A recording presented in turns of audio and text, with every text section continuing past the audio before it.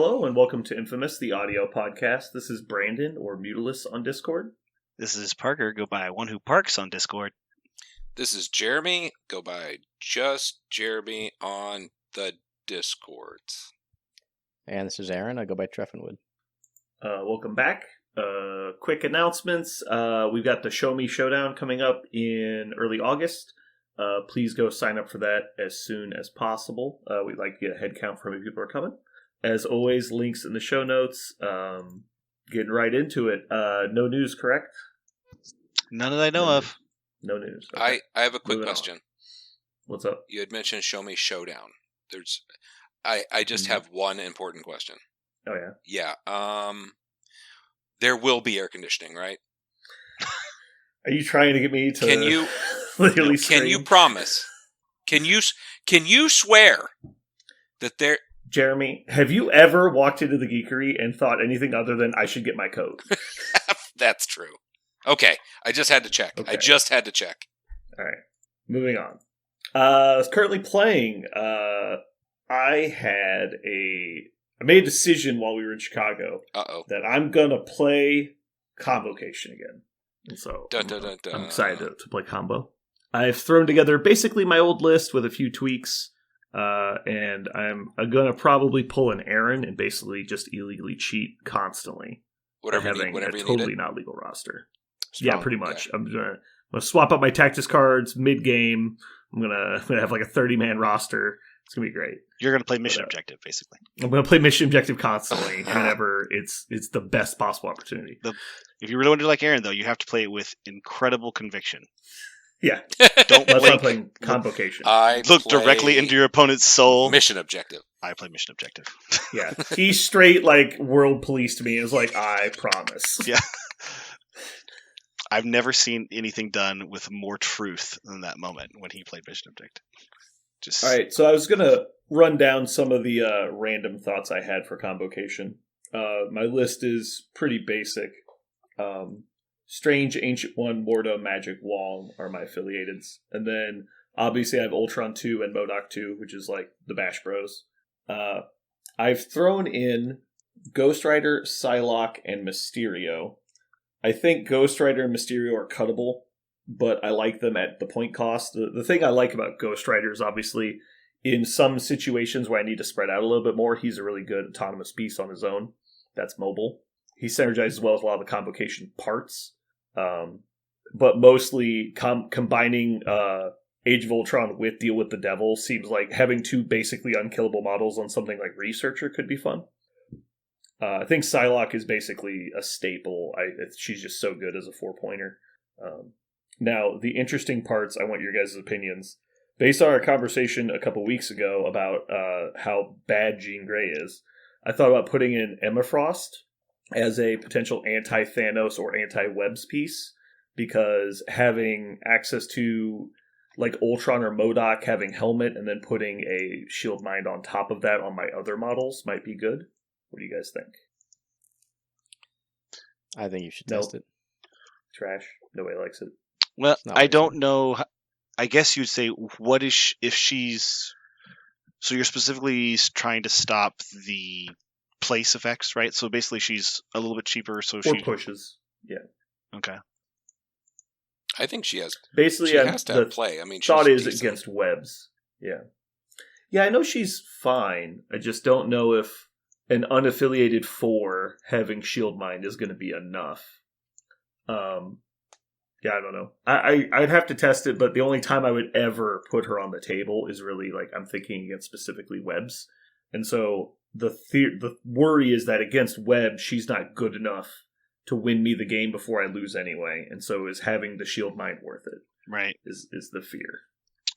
I think against Webs, I feel like as soon as you take a 4-pointer that has no action economy, even though she's kind of preventing action economy loss, I don't think it's good enough. I think you have to have action economy actually against Webs. Unless you're trying to play, equally wide and try to scenario game, then maybe she works okay. But I don't know how she's shielding that many mines if your whole list is spreading out to try to cover scenario.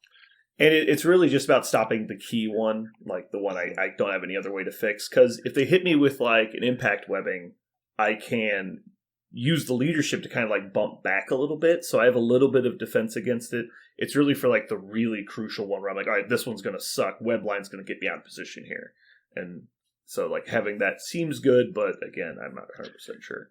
I mean, Mysterio's kind of there for what you were saying, like the go wide to try and counter in the go wide scenario. It's like it's another 3-pointer that's got Mystic, which is good against them. He's also got Tricks and Traps, which is good against like webs moving late in the turn.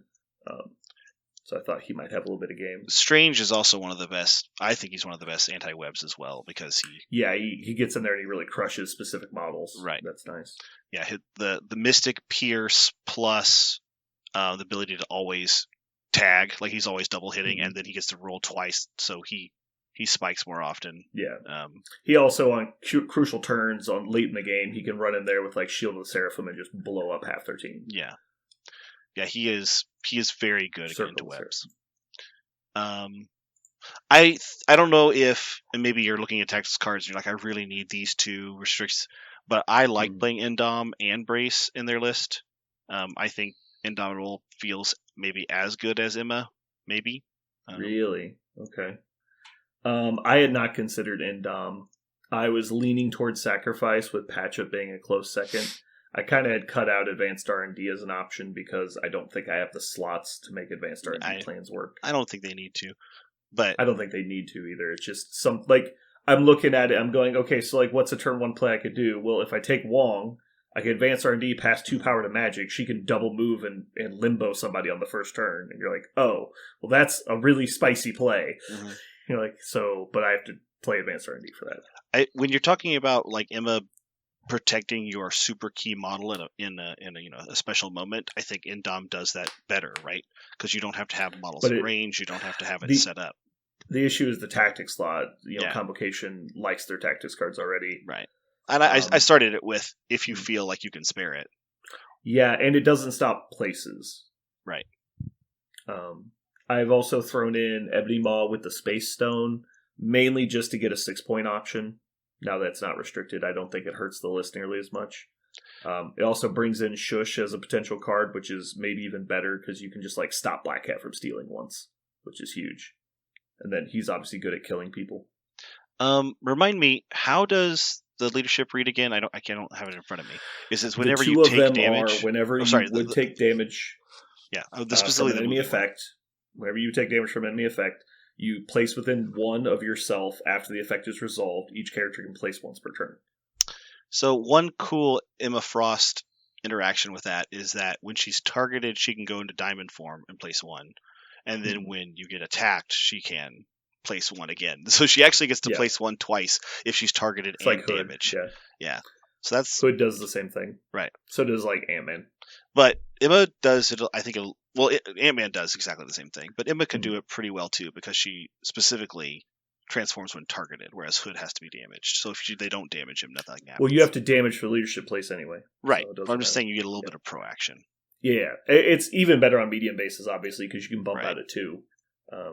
And large bases, obviously, just do weird shit. Mm-hmm. Yeah, I've also thrown on the idea of putting Thanos in the list and just going like super go tall and just seeing what happens. But I don't know. It seems like kind of I feel like that's not the best list. And so every time I look at it, I keep just going, well, okay, well, now I'll just add in this other model. And it always just ends up turning into a Cabal list. One interesting thing about him on the other side of the leadership I haven't considered before is if he's got reality, he'll be, super DR1, rerolling 1 defense dice until he activates, unless you want him to activate early. Then you can flip the leadership. And he's Mystic 4. Yeah. So for Book's turn. Yeah. So he's Mystic 4 with reality plus DR plus a reroll. That's pretty cool. Plus, yeah. And even if you're not in that version, he still gets the bump. And he's on medium base. And so there's not a lot of models that get to double tap him. Right. That's pretty cool. Both of those make him... I never thought about Thanos being so sticky with either side of those leaderships, but he is. That's cool. Yeah. He likes both. All right. Well, I'll leave my convocation list alone then. I had one question for you. I know this is not your jam, but have you considered putting in a grunt to make books happen more consistently, or do you find that it's not really what you want to do? I am playing Grunts. Which one? Ultron 2. Oh, of course. What am I thinking? I'm Yeah. sorry. I don't even think about his grunts. I'm sorry. I always just think about him. I never you even don't even consider he has consider a grunts. it. Yeah, of course. I got into some super deep jank tank crap. I was like, all right, so if I don't play Grunts, what's a way I could guarantee get books back? And so I got on Simpleton for MODOK. And I was like, what if I just sacrifice Wong on turn 2? Oh my And god. I just teleport MODOK into the middle of the table after he gets power from Wong. I was really deep in that ham crate trying to think of cool things to do. But I don't think it's good. I just think it's interesting. Yeah. If you could do it to a grunt, it'd be amazing. Which is why you can't. Yes, that's why. Which is why you can't. A clear reason, yeah. Okay. What about you guys? Have you changed up what you're playing at all? Are you excited to try new lists? I actually am really excited. I am going to pick up Steve 3, the first Avenger. Again, after playing with him a little bit, I only played him in like maybe 2 test games, and I decided some things about him. I'm like, man, I bet he would feel really good if I made these changes. And so I rebuilt the list, and then I think the next cast, Aaron, was talking about his concept of putting a lot of wild push effects and move effects and throw effects in it. And I was like, oh yeah, that'd be cool too. I better look at that. And then I just never picked that back up. I was like, those are really good ideas we all had. And so they just sailed away like a ship in the night. So I stared at that again and I put something together and I'm excited to try it. It's got all the stuff that Brandon hates to see, and I'm excited to try it against him sometime. So I think it'll be fun. Mm-hmm. I'm actually Jeremy. I'm thinking in humans. I like the idea of Cosmic Ghost Rider being in there and being usable. And I'm kind of inspired by what Josh has been talking about, what he's doing. I really like Black Bolt. It just has some things that I'm intrigued by, and I like that you can pass power around and kind of shore up whatever you're needing to happen and kind of make it happen and stuff. So, and I've never really dove into Inhumans before, so yeah, it sounds fine. Cool. Aaron? I'm a little unsure of where my Marvel journey is going to continue to take me, but based off of some stuff we heard at Squad Goals, I'm really interested in trying Electro in basically any list. I also want to see how much work I can get out of Venomized. So we'll see where those 2 concepts take me. Cool. What about Sentinels? How is that journey going?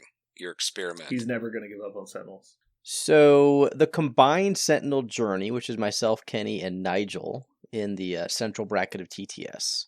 Right now we are combined 5-2.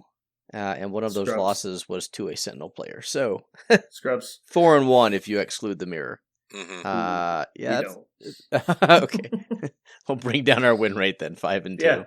Damn straight. I love how you are all in the same bracket, terrorizing everyone with these things. It's like a 70% win rate with Sentinels. God damn. Even counting mirrors. I better not have to play one of those motherfuckers.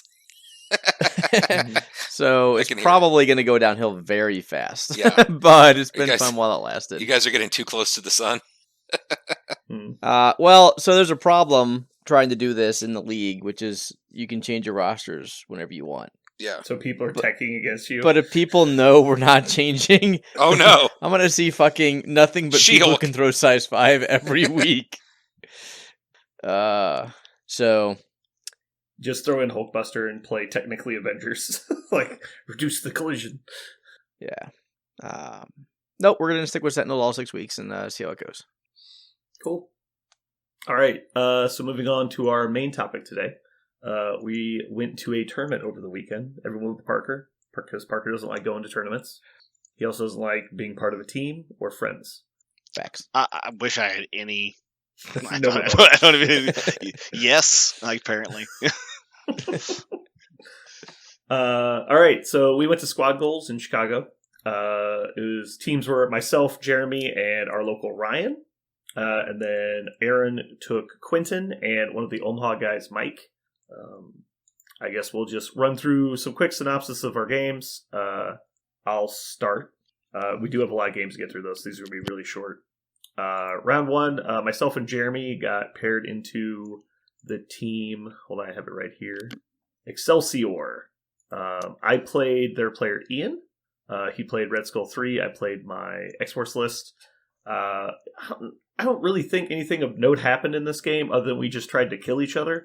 But he just blew me up harder than I blew him up, so he got me. Jeremy, how did your round one go?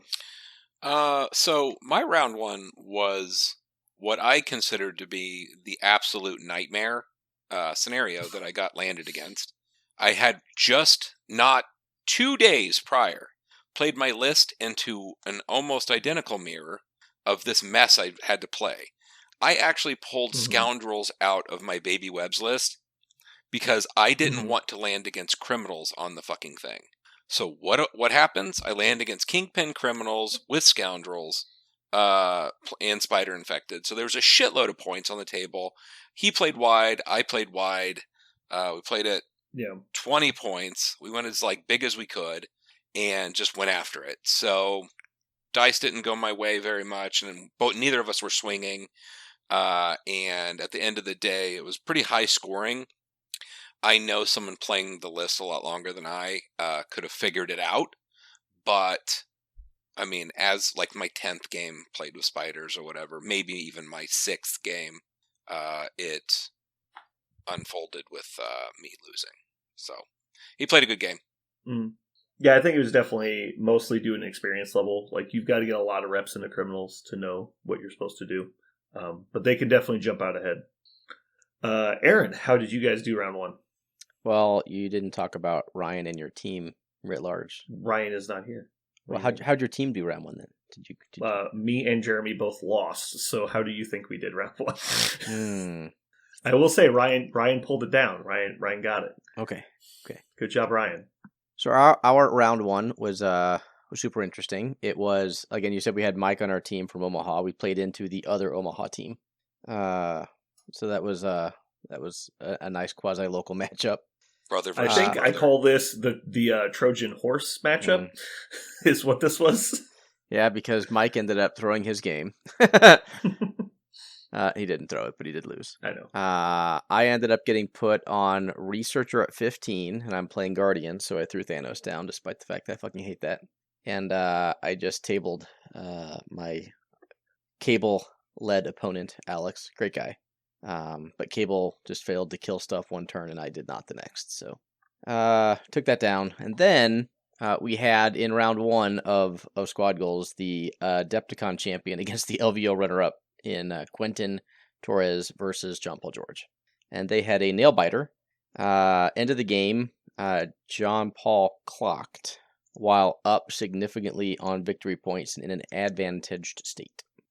So Quentin came up to me afterwards, and he was like, if this was a singles tournament, I would concede the match, right? Because, John Paul deserved to win the game, in Quentin's heart of hearts.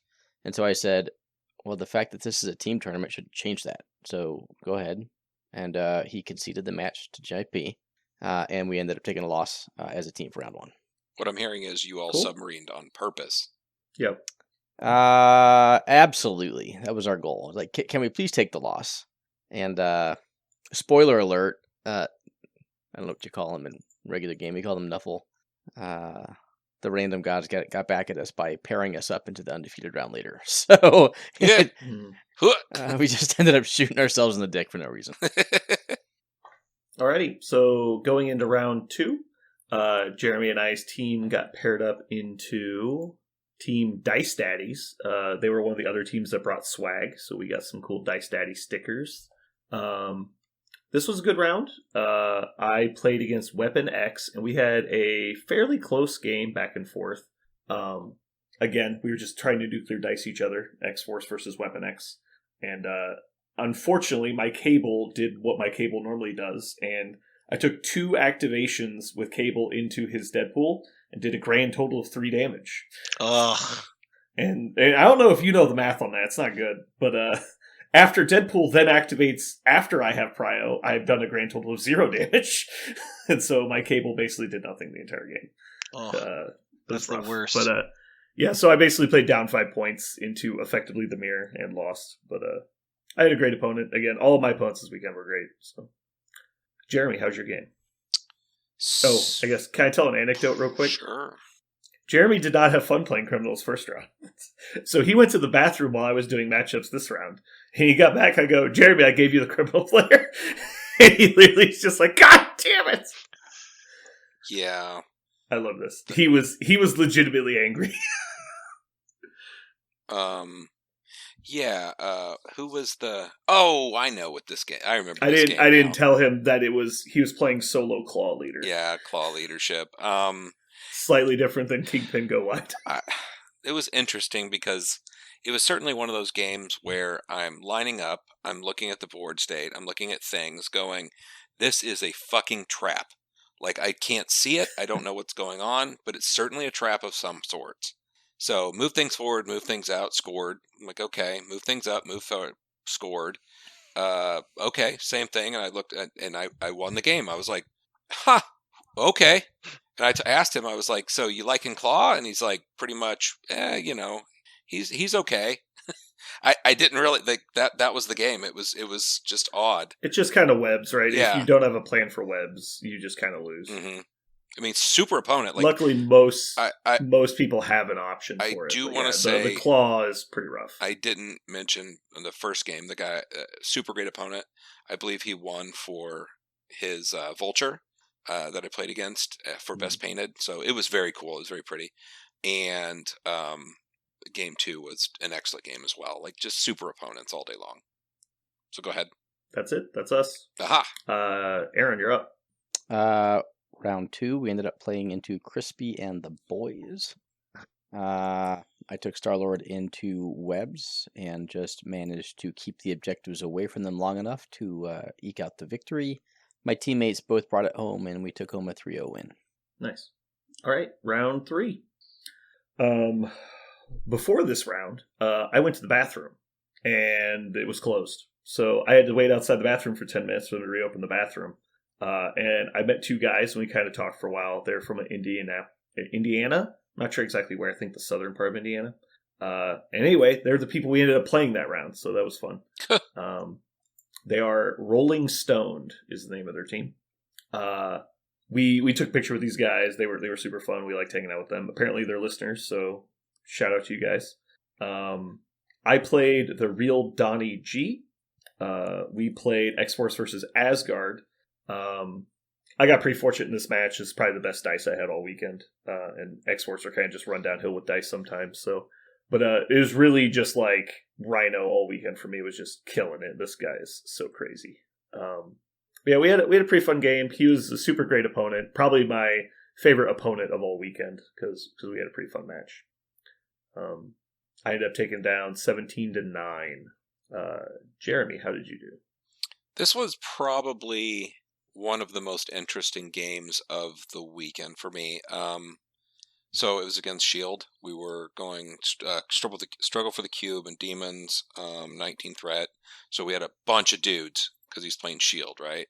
And he was playing not Iron Man Shield, but the other one. Anyway, we both were scoring fast. So I scored 6. And then he took a bunch of points. Then I scored 3 because all my shit died. And then I scored 7. If you do the math on that one, I won at 16 on turn 3. And then my entire list was going to die. Like, I held on like I was holding breath. I remember you guys talking about I was holding my breath underwater on the last second. And I gasped for breath and won. Like, there wasn't going to be a turn 4.5. Like, I was not going to exist. Yeah. And he was having a blast, like playing someone who's just having so much fun, and we just went back and forth. That was an awesome game. I ended up giving him one of our shirts. So shout out for Brian. Yep. We ended up taking this round 3-0, actually, because Ryan also pulled it out. So good job, Ryan. And like I said, I think this is my favorite team we played all weekend. So, Aaron, how was your round 3? So round 3, we ended up playing against your round 2 opponent, the Dice Daddies. Nice. I want to give a call out to Troy, who is the person that you and I both played, playing Weapon X. Mm-hmm.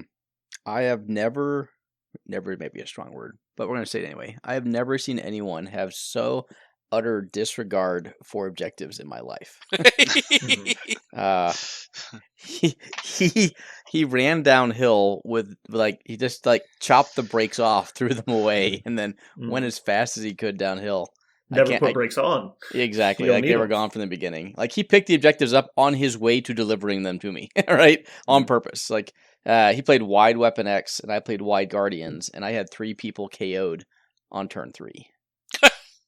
The entire list, both of our lists, fit within a 3-inch diameter circle around my back D with spider portals.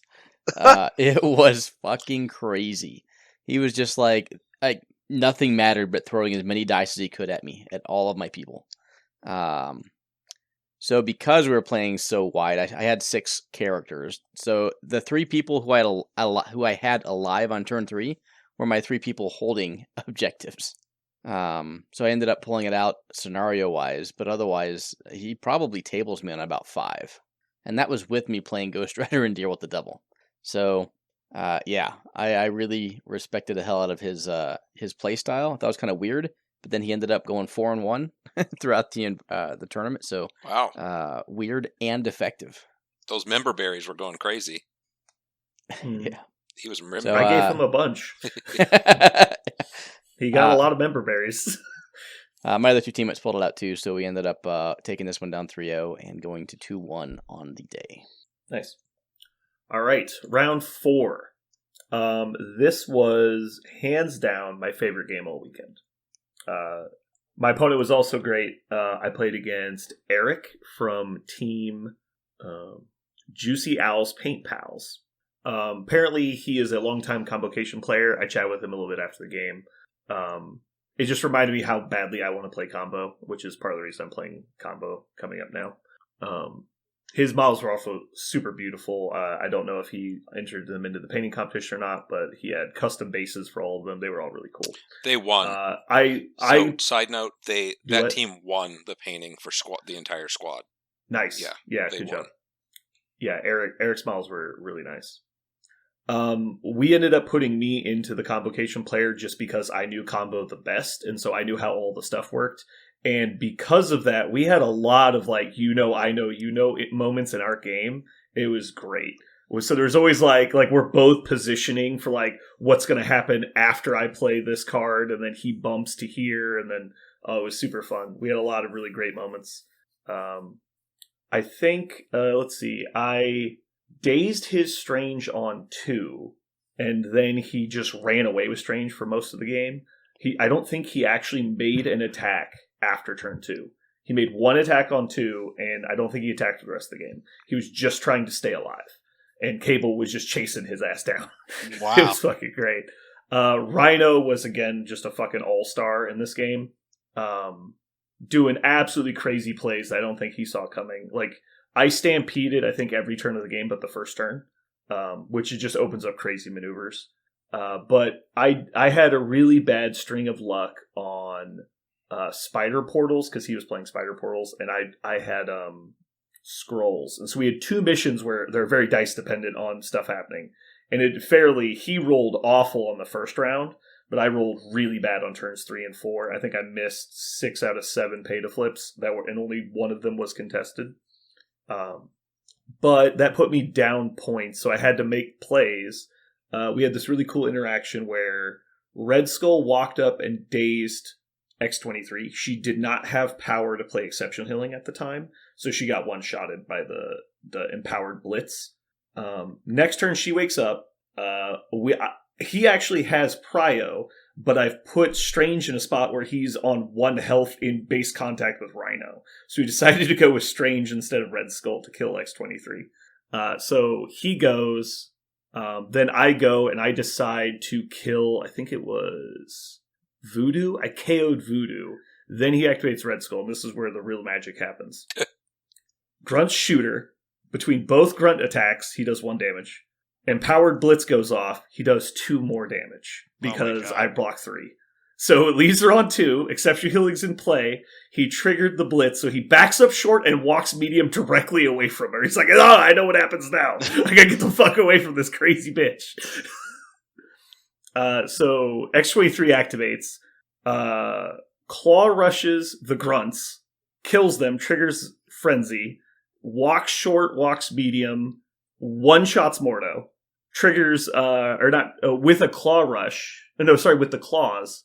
With the frenzy attack. Yeah, sorry, I said this backwards. She takes the frenzy first, moves and one-shots Mordo, then takes the claw rush advance medium, puts her exactly like within 1/8 of an inch of the second claw rush into Red Skull, one-shots him to the single point, and kills all 3 models. And she's the only reason I was still in that game, because I missed so many pay-to-flips. I still ended up losing later that turn, but it was almost possible. I needed Psylocke to do 2 damage to a lizard, and she failed. It was a Cybo attack, not a big one. So, but we had a super amazing game. It's a lot of fun. Jeremy. Okay, so this was Nick, who I tend to find at every convention, and we tend to play a game. He was an old foe in War Machine. So we met up, and I was like, oh, I see you are playing the Signar version of this game, and I am playing Circle. So here we go. And we just kind of had a bit of a laugh about that. I love this guy. I played him a lot. He's playing X-Force Cable. Again, I'm playing the Baby Webs. So his job was to kill everything. My job was to stay alive long enough to score. He had an unkillable Cable and a Psylocke who was having a fucking field day and went on a murdering spree, killed everything in the world. Yep. It was just one of those games. This is one of the first of 2 games where I looked at it and was like, man, dice could have been better. Like, my dice could have been better. It would have felt a lot better to have rolled a little better. Yeah. But he got me. Great guy. Good game. All right, let's take a look here. It looks like we lost this round again. Yep, Ryan lost by 1 victory point on this one, 15-16. All right, Aaron, how was your round 4? Round 4, we ended up getting paired up into one of the 3 undefeateds. We played Sooner DeLuca Lucas's team. I drew Sooner into Cable again.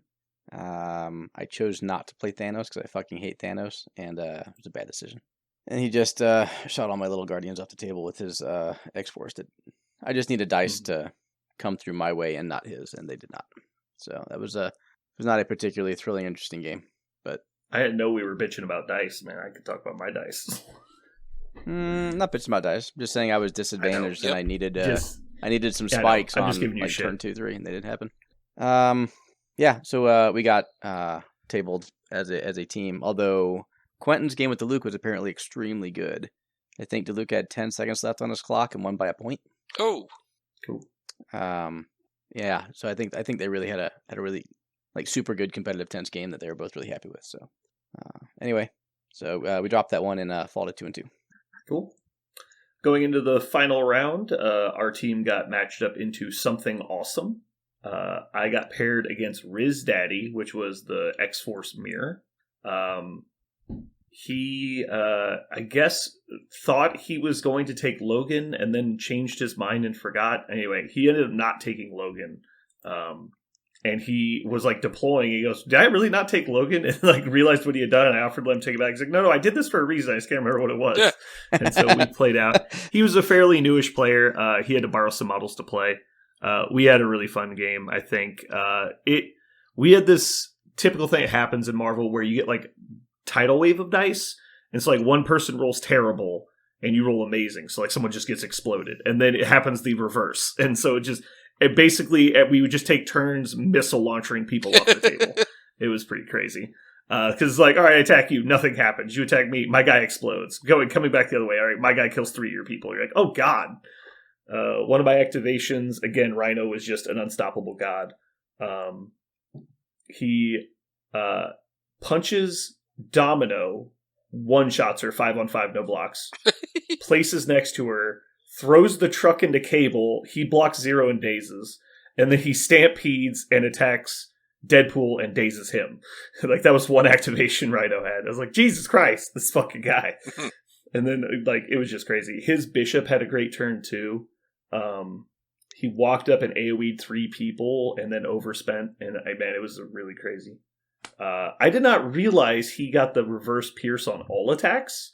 So he survived against Logan for a very long time because he just kept canceling my stuff and I couldn't pierce his wilds. Mm-hmm. But yeah, we had a fun game. I ended up taking it 16-8. I ended up assembling the Legacy Virus, I think, is why I got such a lead. But Jeremy, how'd your game go?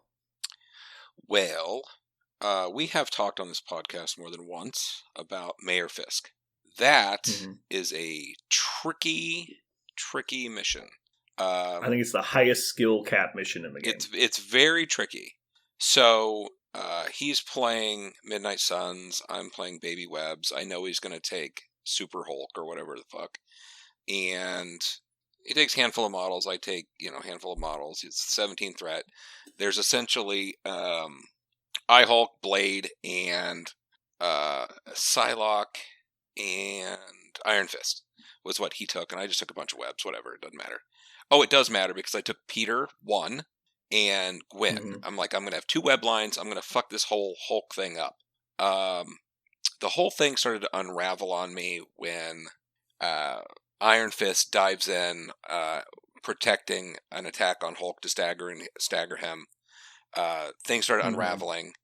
Then I had a situation where Iron Fist was on 1 health and lived through, I don't know, 4 attacks or something. I couldn't put 1 damage on him.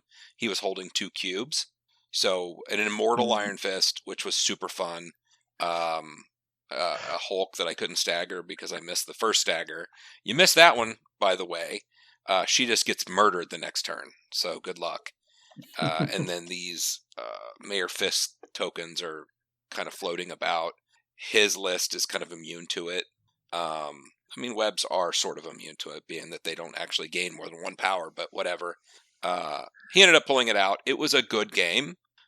We both kind of looked at it and were like, that whole Iron Fist thing was absurd. But, dice be dicing, and that one didn't work out in my favor either. So he took that.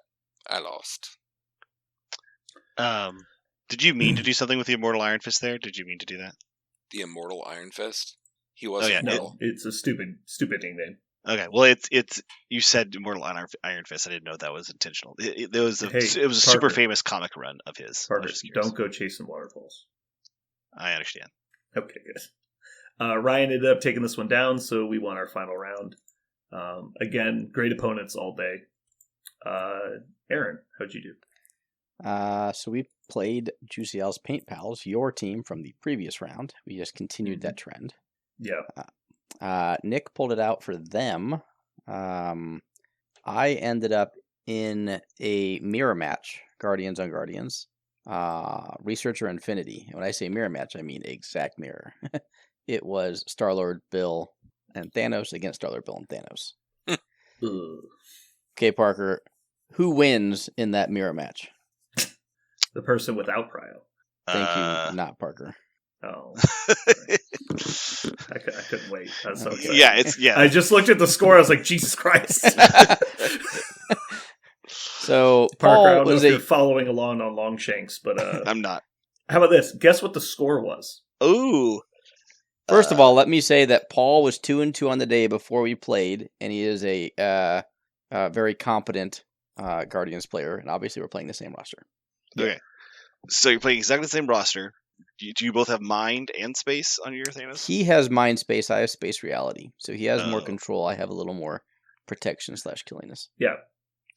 So without knowing what the priority was, what was the scenario you said? It was Researcher Infinity. Yep. Researcher Infinity. With 3 models. Yep. Okay. 4, I just see it. 4. 2. Was that 8 to 16? Is that what it was?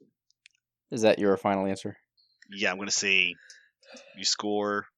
So 4 times. Off by 9 points. What? You're off by 9 points. Okay. Now I need to figure out which 9. Put him out of his misery.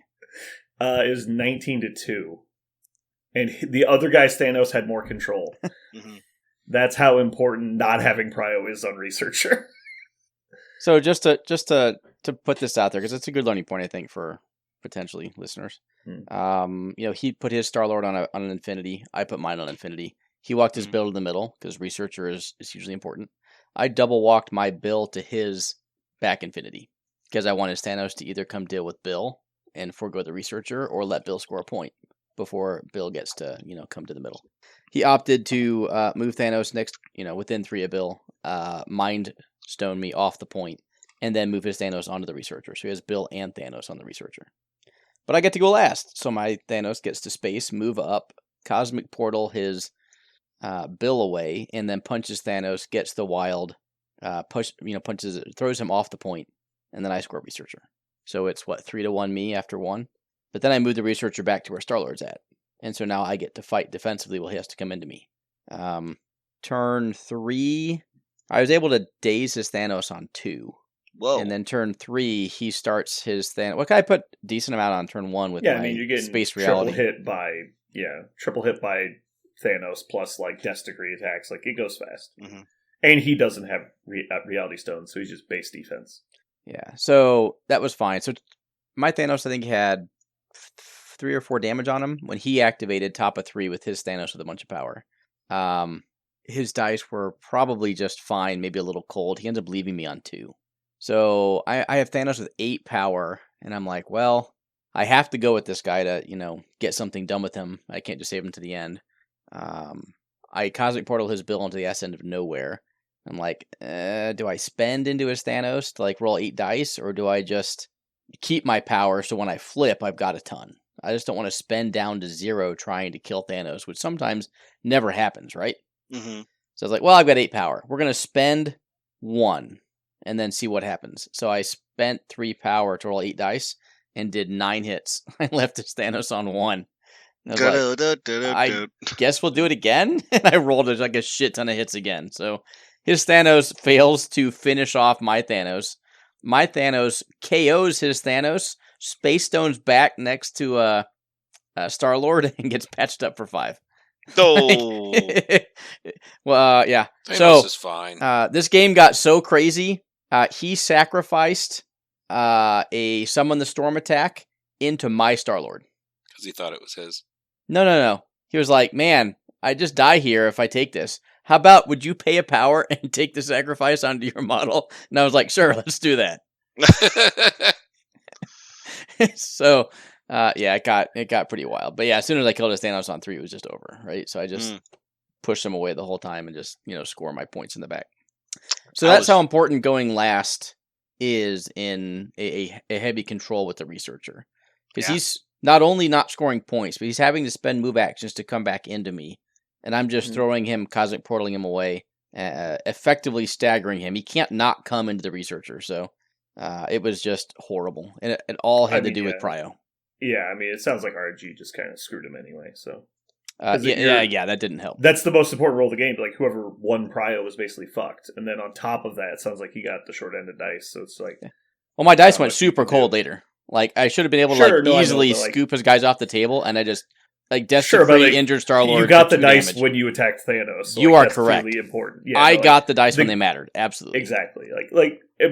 That's why it's just MCP sometimes, right? Like you play a chaotic game. It's like when Godhammer hits your most important character and you lost Prio roll. Like there's not much you can do about it. This is really why I think anyone who ever just says that you should use CPs as tiebreakers, I could not disagree more. Like this is the most random chaotic thing ever. Yep. Because I know that dice were swingy in your game, but even without swingy dice, even with perfectly average dice during the game, this score probably wouldn't have changed very much. And so it's and that's not indicative of probably how the matchup went. It was just the weird missions on Prio rolls. That's what happens. Yep. I had forgotten specifically the idea that the Researcher gets to move with whoever has it last. I knew that whoever's going to activate last was going to take the Researcher, but I didn't think, then they just run with move it instead of pushing. Yeah, they run away with it. Yeah, and now you're playing on a moving battlefield, and you're always behind on control. Right. Quentin ended up taking down a super close game with Eric West, the Convocation player you played. I think they were tied going into the last round, and he had Prio and just one-shot Voodoo with, I think, Miles. Maybe he had to do 3. I forget how much damage he needed to do. He might have been hurt a little bit, but Just got a lucky dice roll on turn 6 and ended up taking down his match there. So we had a lot of really close, really good games on round 2, or day 2 rather. We finished 3-2, which isn't bad since one of them was a concession. Alrighty. Me and Aaron had a friendly wager over this event. I said that our team would place higher, and so we wagered that the other would get to choose the list that the other person played at an event to be chosen later. So Aaron now gets to build a list for me at some point that I can beat his ass with. I'm just looking forward to making you put together Miss Marvel. You can't make me do that. That wasn't the agreement. You can supply the model, but I'm not going to build a Miss Marvel. That was not our agreement. It's pretty sure that's what I inferred. Well, you can inter whatever you want. Inter. We can see what happens. Be happy to accidentally drop your Miss Marvel repeatedly. Alrighty. Let's see what we got next. I have one question for Aaron. Did you get to play Ant-Man? I played every model in my 10. Yes, I did. Nice. In fact, I played every model on day 1. So Nice. I thought that was impressive is the wrong word, but I was very happy to have played all of my models. Yes. How do you perform? I was excited because I've never seen him in Guardians. I wanted to know. Good and bad. So I played him into webs on my round 2 because I wanted someone who could chase them down. Yeah, you said that specifically. Yeah. I used him to double move to my opponent's back D on riots, I want to say, to force parity there instead of letting my opponent win it. So I actually went up on victory points into webs with Guardians because of my movement shenanigans. And he immediately got absolutely obliterated by either ASM or Miles, whoever was next to him. So he kind of died like a little punk, at least got dazed. And he failed a bunch of die rolls, like when he came back the next turn, like, well, I'm going to 6 die hit you, and then I'm going to beam both ASM and Miles. He did not perform well. However, he definitely kept them tied up on his back home point for multiple turns, which allowed me to just win the game out in kind of a quadrant philosophy, if you will. Mm-hmm. Yeah, I bought you tempo everywhere else. Yeah, I think I went up on extracts 2-1 and just, stayed on 2 points while he spent a bunch of time in action just dealing with a lizard and an Ant-Man. So while his dice rolls were shit, his contribution was not. And that was purely because he was the only model that could get on your opponent's back D. Yeah. Other than shenanigans, or I guess technically Angela ASM. That's awesome. I played Ant-Man twice. He's, as always, a rock star. He's so fun and also good. I still don't understand how he doesn't see more play. He's so splashable. I got to do the double beam. It was actually into the Weapon X player that we both played. I did a beam hitting Domino, X-23, and Honey Badger because I used the I used the place to keep getting out of the range of the, what is it called? Too dangerous to ignore throughout the game. And so Honey Badger kept trying to bodyguard Ant-Man attacks, but she just can't because she doesn't have bodyguard. She has taunt. Mm-hmm. And so it was fun to be able to outplay people because he's got so much mobility. And then doing the double 7 dice beams was super cute. I didn't play Punisher and I didn't play Bullseye all weekend. In hindsight, I should have had Honey Badger, and not because she's good or I even wanted to play her. I actively did not want to play her in all of the matchups, but she would have been fine. She would have not really been bad, but she would have allowed me to play a roster that I can't currently play, which I didn't realize because I didn't have enough reps. Because I wanted to basically put Rhino and Logan in every matchup, but that's, 8 + 5, 13 points of your roster, and I only have one affiliated model, so I have to get, at 18, the only way to play affiliated with Logan and Rhino is to have Honey Badger. So yeah, in hindsight, I would have swapped Bullseye, because I don't need Bullseye for anything specific. So thanks, Aaron, for your suggestion of making my list worse. Anytime. I had a bet to win. Yeah, I know. Jeremy, would you have changed your roster at all? Yeah, for sure. I keep calling it baby webs because I don't have any models above 4 points in the list.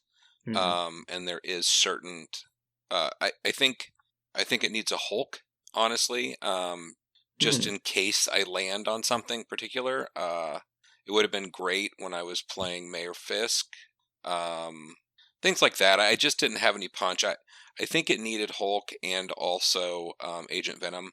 I think those two models can shore up some issues I was having. I also didn't have any sort of Mystic damage dealer in there. I needed to look at that as well. Yeah, and just play it more. I was running into some issues with too many Peter Parkers. I was like, okay, I got my list, and I look at it, and I'm like, shit, I can't do that. No, I definitely feel that when I play webs, because I want to put Peter 1 in all the time, but I also want, like, Peter 2, so... Yeah. I was really hoping there was going to be a send in the clones card that let you play multiple Peter Parkers, but so far no luck. I'd play all 3 Peters if they let me. Well, you get to play a Ben Reilly and a Peter, so there's that. Not the same. Maybe. I honestly don't even know what Scarlet Spider does, but I like his model.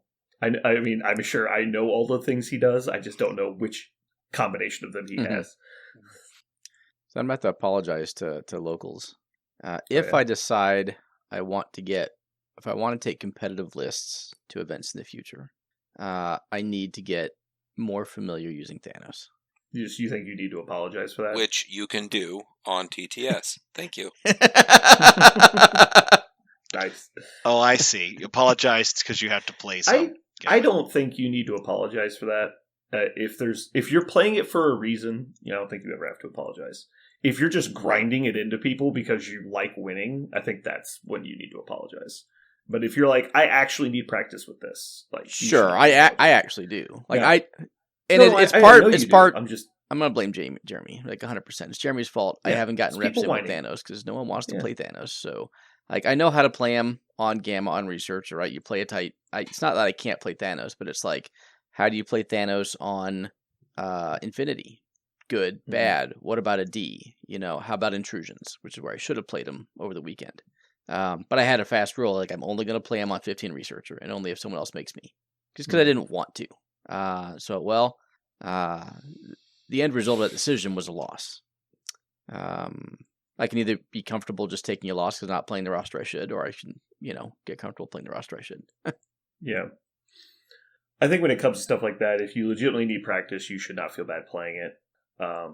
And probably be selective of who you're playing it against. But other than that, like obviously don't play it against the new guy and you're like, oh, I need practice, and like play Thanos and people that don't even know how to play the game. Like, that's clearly stupid. But if you're like, hey, I need practice, I would like to practice with you, and you're like, that's fine. Like, it's the same. Like, are we going to say people can't play webs? Are we going to say people can't play Black Cat? Like, it's silly that we've drawn the line at one model. That's kind of what I'm getting at. Like, it's just a Jeremy thing. I'm putting it all on his feet. Just don't play Jeremy. Well, he won't play you anyway. So it's true. That's what he said last week. He said he's never playing me again. In Judgment. Oh, in Judgment, we're done playing. Thing. But you'll still play MCP with me? That's just Judgment. Okay. Well, yeah. Like I have to break the streak of losing 400 games in a row. Okay. Aaron, would you have changed your list? You happy with your Guardian's choice? I was very happy with the... Yes. I was super happy with the list. Like I said, I screwed up by not bringing the right roster. Or, sorry, squad. By roster, you mean Sentinels. Yep. Were you disappointed in yourself for not taking Sentinels? For not bringing Sentinels? You should be. I mean, that's pretty coward's way out. No. There's still a 50-50 You wouldn't even have to worry shot. about sharing Sentinels. If I continue to go to NashCon, there's at least a 50% chance I'll bring Sentinels to NashCon. Is that because you can play them on time turns? I'm not taking that bait. Abstain. Filibuster. All right. Parker, would you have changed your list? Nope. I think my list was perfect. Still keeping the friends list at 0? Cool. Yep. All right. Moving on. Parker, do you have a comic corner for us? Oh, I do. I do have a comic corner for us. So I'm not gonna lie. When I describe this comic corner at first, you're going to think, "Man, that sounds dumb." You might say that, but you'd be wrong. Okay. Because I tune you out when you're talking about this stuff. Okay. Then you will not say this sounds dumb. The first time I heard this concept, I saw it on the internet. I was like, "Wow, what? Why would they do this?" And then I decided, because I love the character, I would go ahead and read it, and I was so pleasantly surprised. I think it's because the writer cared about the character and made it special. But I'm talking about Uncanny Spider-Man. So it's a very recent comic. It just started late last year. And the concept is this. Near the end of the Krakoan age of X-Men, one of the things that happened in a subplot is that Nightcrawler was used by the enemies of the X-Men as a scapegoat, and he was actively manipulated on the genetic level, and he was basically taken over and used to assassinate a number of key humans across the world, just like political figures. So plot of X2, got it. So basically, as a result of that, he decides before the X-Men and the whole fall of Krakoa thing, he's going to leave. He just kind of want to distance himself from the whole thing, and he ends up in New York City, where he meets up with Peter Parker, and he's like, I'm not sure what to do. And Peter is like, well, you still want to help people? He's like, yeah. He's like, well, why don't you do what I do? Like, you don't need a team. You can just do what I do. And so he basically decides he's going to be a new Spider-Man. And so Nightcrawler is a new New York Spider-Man. And if those words coming out of my mouth make you go like vomit a little bit, that's normal. It sounds really dumb. Why would they add yet another Spider-Man? This sounds like a cheap trick to fish, people who like Spider-Man and people who like X-Men to try to like make a cheap buck. That's dumb. Yeah. And then I read it. It's by Cy Spurrier. He's done a ton of different stuff for the X-Men series, and specifically the Legion of X, which was responsible for like a Nightcrawler story, and some of the Fall of X stuff. He was also responsible for some of the Sins of Sinister. He's basically had Nightcrawler's plot for over a year, and he really does a wonderful job of bringing it to a close. So if you want to read this, what's interesting is that you'll actually want to read the Uncanny Spider-Man set, which has, I think, looks like 5 issues only. But between number 4 and number 5, you actually want to read a totally separate comic, stands on its own, called X-Men Blue Origins. And because it bridges the 4th issue with the 5th issue. And the reason why they needed kind of a specific issue is because this is its own little adventure that kind of takes place in the middle of this plot where Kurt is acting as Spider-Man across New York City, and he runs into his mom, Mystique. And after the fall of Krakoa, she was brain damaged by the assault of the bad guys on the X-Men. And so he's trying to help her manage her psychosis post, traumatic brain injury. And X-Men Blue Origins basically sees the end of that subplot where he's able to finally help his mom kind of dig herself out of this. And we learn a little bit about like Mystique's actual power, like what she is, which is super cool. Some really cool sci-fi X-Men stuff in there if you love X-Men and superpowers and sci-fi. And then also that brings us right into the big finale where Kurt gets to stand up to his main antagonist, who is actually Adrian Toomes, the Vulture. He's been recruited by the mutants in Nemesis called Orcus, the organization that's out against the mutants. And he has been recruited by them to create a new, better form of mutant hunter. And Nightcrawler gets caught up in it and has to take him down. So it's a really like kind of a simple storyline. If it sounds like simple, it's because it is. But if you love the Nightcrawler character, if you love the idea of like the redeemed sinner who has this intense, set of faith and this intense hope for the future, plagued by sin he's just recently committed unwillingly, but still done it. It's really good. It's just a really good story. Also, X-Men Blue Origins answers a lot of kind of important questions about Nightcrawler's origins and how exactly he came to be with Mystique's strange physiology and how that works. It's really cool sci-fi stuff. So I recommend it to anybody who likes Nightcrawler, likes X-Men, maybe likes Spider-Man makes a cameo, and of course he's wearing a Spider-Man outfit while he's doing this thing in New York City. So that's pretty cool too. But well drawn, and it's a really good story, despite the premise sounds so silly, but it's excellent. Cool. All right. I think that's going to do it for us today. Thanks for tuning in, everybody. This has been Brandon. And Parker. And Jeremy. And Aaron. And you've just listened to Brandon Loses a Bet.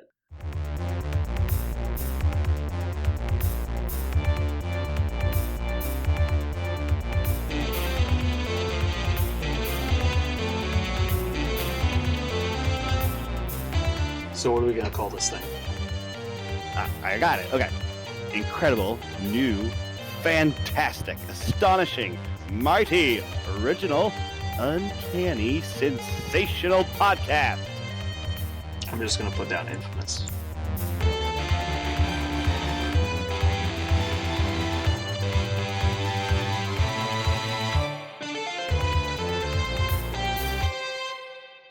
And we're back. Back from where? Fucking Chicago. Oh, yeah. The Windy City. I was pretty annoyed with you, Jeremy, when you wouldn't let us stop at Portillo's. I also wouldn't let you boil your own head. Fucking idiot. Now, Aaron, what did we do instead that was so much better? It was not better. It was almost as good. Aaron, Jeremy would not stop at Portillo's, even though I told him, it's like, I mainly just want the milkshake. And he's like, no, we're not stopping at Portillo's. After he previously suggested McDonald's. I was like, one of these is obviously better than the other one, but regardless. I would rather stop at McDonald's. Okay, I'm sure you would, because you hate flavor. But anyway. I love diarrhea. We continue driving Let's for go. like basically an hour. No, we're not. The story's not over yet. We drive for another hour, at which point I suggest something mostly out of jest. White Castle. And Jeremy immediately pulls off the exit. He's like, all right, where's this White Castle? Like, let's go. We drove a mile off the highway to go to a White Castle in Chicago. Dude. It was amazing. One of the best ideas you've ever had. It was actually really good. Dude, we were driving. We got a Crave case, so it's like fucking 20 burgers. It was 20 burgers. Like, Jeremy's driving, I'm handing him burgers. Like, I'm eating and he's eating. We're shotgunning burgers, because they're in little cases. A Crave case is 20 burgers and 4 fries. We didn't eat all the fries, but the fries we didn't stand a ate chance. Yeah. Yeah. So good. The sliders are not big, but they're like 4 bites each. And eating like 10 of them is actually a lot of food. I still feel a tiny dagger under my ribs. Like, I'm pretty sure that wasn't okay. But it was delish. Yeah. My car's going to smell like onions for years. I won't be able to sell it. That's how much oniony it's going to be. I definitely would not eat White Castle a lot, but I do wish there was one in Kansas City. Because sometimes I just want really small sandwiches. But everything around here that sells sliders are like $3 each. I'm like, that's not a slider. Well, I gotta say, the bread was super soft. It was hot. Like, it was remarkable for fast food, honestly. Well, they're steamed, not fried. So it's actually not super greasy. Well, I don't care what it was. Any sort, just eating them, they were good. Fast food that was good is something of ancient times. Yeah. Funnily enough, White Castle has not gone down in the last 10 years because there's nowhere left to go. True. They've hit bedrock. They cannot go any lower. Oh, man. Parker, are you a White Castle fan? I don't think I've ever had a White Castle burger. You dumb I bastard. can tell, because you're still alive. Because it would rip you in twain. Yeah, I think if you gave me the opportunity, I think I would have to have a bite, but I think that's all I could handle. Or else it would just be like... Well, like I was saying, they're not super greasy. They're just... It is the lowest quality ingredients you can imagine, though. I'm pretty sure. So, some of those onions fell off in my car, and they immediately went back into a dehydrated onion product. Like, I could smash it, and it turned into They're like dust. a powder. Yeah, I was like, whoa, okay, all right, now I'm seeing what happened. That's funny. Aaron, are you a White Castle fan? Fuck no. Yeah, I didn't think so. Aaron can't eat regular food, let alone White Castle. That's true. Oh my Aaron God. and Parker get a medical exemption pass for not liking good food sometimes because they just That's can't true. Eat it. Yeah. But people like me and Jeremy, we were born in the Taco Bell parking lot. We understand how you sometimes you just got to eat what you got to eat. We were born in the dark. The highest health rating I saw was a D until I was 23. Oh man. My work tried to send me to Cincinnati again. I went out there, trained a guy. I told him, this guy ain't going to make it. Watch. I said, here's all the reasons this guy ain't going to make it. They were like, yeah, he's doing okay. And they're like, hey, has he called you or anything? Nope. Has he asked for any help? Nope. Sure enough, they fired him. So now they're like, hey, you want to come out here and give us a hand? I said, I tell you what, you can pay me more money and I will think about it. No, I decided not to go. Not even the hard commit. Like, I'll consider it. Yeah. If you give me a raise. Well, I was like, dude, you can't keep doing the same shit, fucking everything up, and then having me go fix it for free all the time. Dude, my job is fine. Like, I'm kick-ass right now. Like, I have nothing I need for just to get in my... Like, I'm not flying all the fucking way out there for a week, fixing it, and then someone else comes in and fucks it up. Because there's no systems. Like, there's nothing... I can't be like, this property is the same as this property. They're all fucked up. I was like, nope, it's summer. I'm just chilling. I forgot where I was at last time I went out there, and I kept wearing my chief stuff, and people were looking at me insane. I'm like, oh yeah, sorry. Oops. Yeah, the Bungles are not big fans of They're the not. Chiefs. I was like, Ohio, do you guys even have a football team? And I was like, oh shit, Cincinnati. God damn it. You know they have two, right? Yes, and then I realized they actually have two. That's how disrespectful I was. I'm just completely ignorant of any team they have. So, Brandon, you would be happy to hear that I kept my promise. After I finished Fallout, I turned on X-Men 97. All right, well, I have one question for you. Oh. Did you vote for me this week? I don't vote. That's my rule. God damn it. All right, fine, go ahead. But I turned on X-Men 97. I watched the first episode, and I was like, wow, that was pretty good. I like that. And then I watched the second episode, which I was like, well, I can't not watch the next episode. And I watched the next episode. And then I blacked out, and like I was on episode like whatever, like before the finale or whatever, before the 3-part ending, and I was like, oh shit, this is so good. This is so good. This is so good. I have to go. Good. I have to go upstairs to see if my family is still alive. But this is so good. I realize the children have been unsupervised for 12 hours. Yeah, like, shit. I was completely subsumed. That have you seen it yet, Jeremy? No, I have not. Okay. I finished the finale while we were in Chicago. Okay. Yeah, I will not spoil anything. I'll try to not change expectations.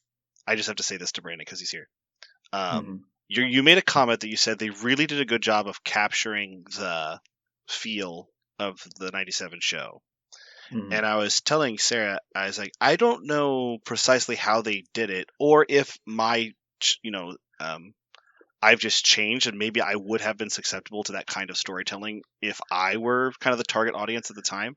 But the 97 comics were very much like The Young and the Restless meets racism, right? Because it was about like the mutant thing, but there were so many entangling romances, and it was constantly, but he was in a coma, but it's his twin brother. Like that kind of shit was so much the late 90s X-Men, and that stuff sold like hotcakes, right? I have a lot of those original comics still, and they just kind of took the best parts of that and decided to put that in the show.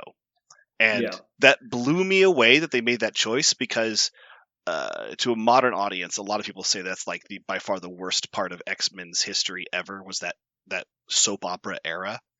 But I thought they did a really interesting, really bold choice to insert some of those elements into this show. That's straight out of the comic plot lines. Yeah. And this is all I'll say. And they pulled it off. Like they stuck the landing. I was like, wow. Shit, this is so much better than the comic books. I think the surprising part, because a lot of people just have the nostalgia for the original show, but when they added Disney Plus, I got on and watched the whole thing again. And I have to say, it's not an easy watch, even with the nostalgia. Like, the pacing of the show is really bad, and mostly the action is, like, really cringy. But it's one of those, like ratings issues things. Like, in the entire Spider-Man animated show, he never punches anybody. Like that's like a quote that you can like. It seems impossible, but it's true because for the rating they can't approve a certain level of violence. Right. And so like Wolverine in the entirety of the show never stabs anybody, like not once.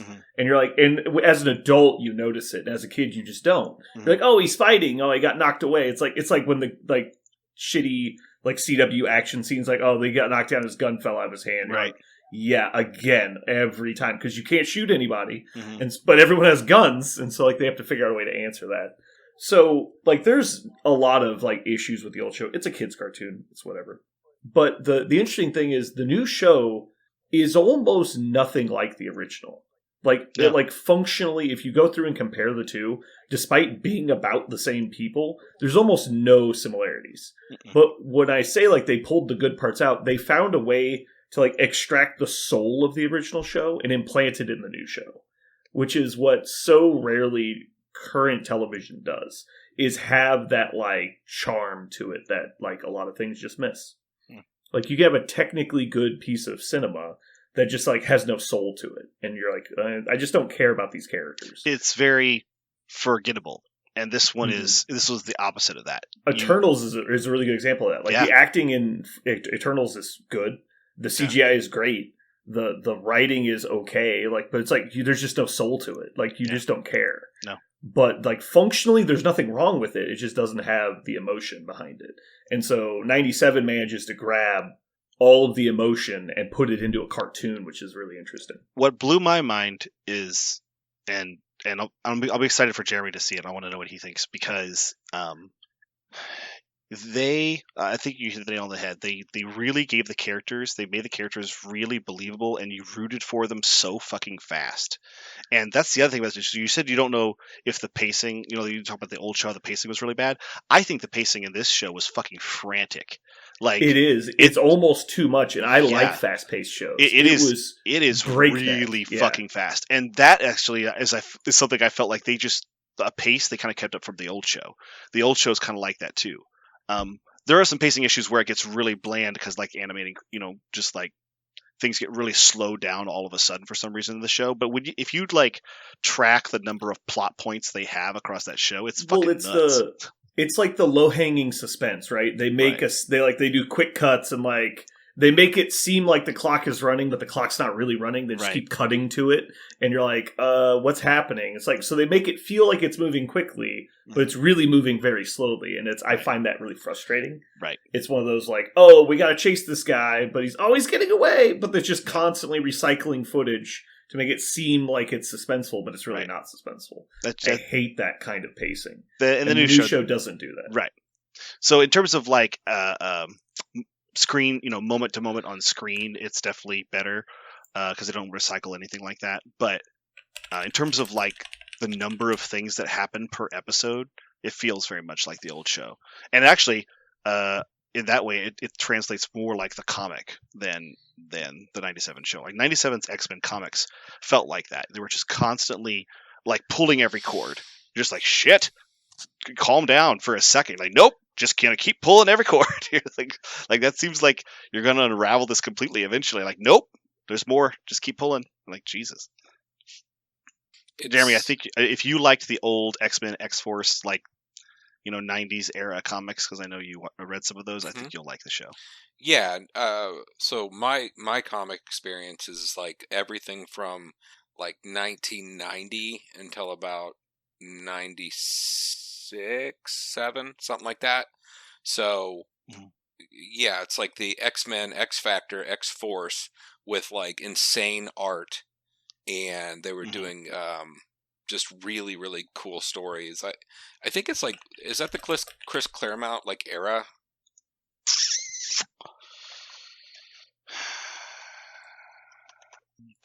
Let's see.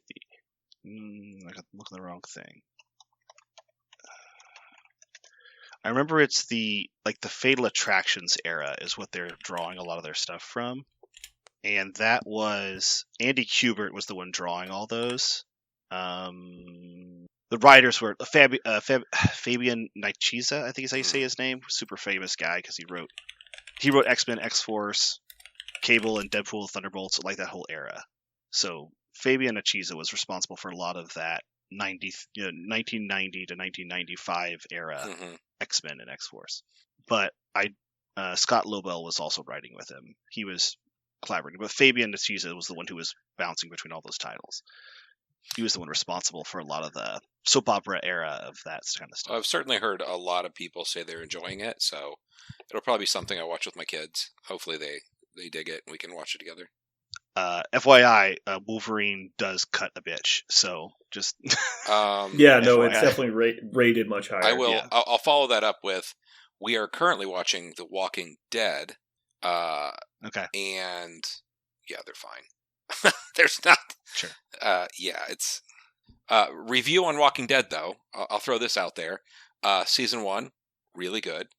Season 2, same stuff as season 1. Really cool, interesting, great. Season 3, what's going on? Ran into season 4 head first going, it seems like a lot of more of the same. I'm not sure what's happening here.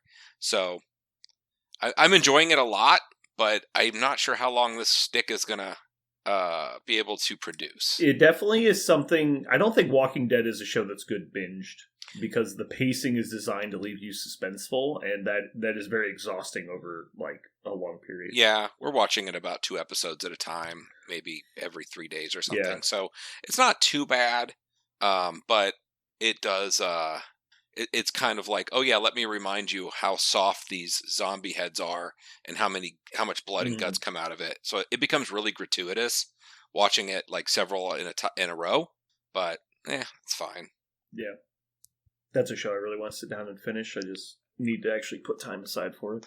After reading the comic, I have zero interest in the show because the source material is just exhausting in the exact same way you're describing.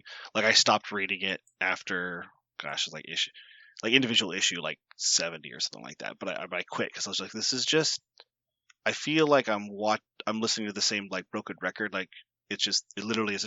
Like I'm at the end of a record, and it's just repeating the last 5 seconds over and over and over. And What's over again. interesting is like there'll be a handful of people, and this is again, I haven't watched a lot of it, but there'll be a handful of people, and you're like, okay, cool, I'm starting to like them.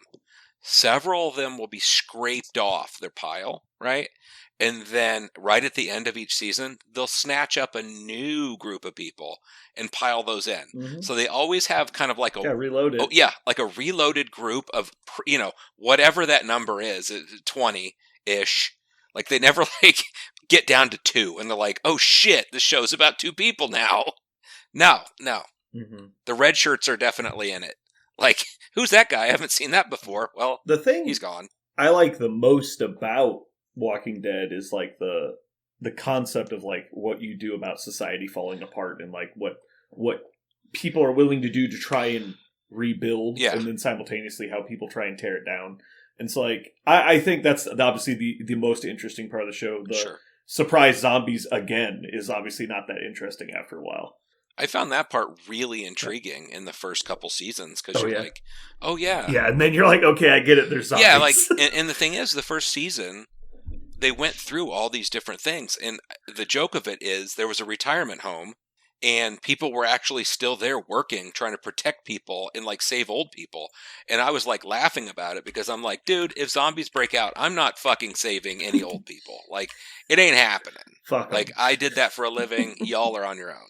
Or like I still have to go to work if there's a zombie apocalypse? I don't fucking think so. Yeah. We just finished season 8. Oh yeah?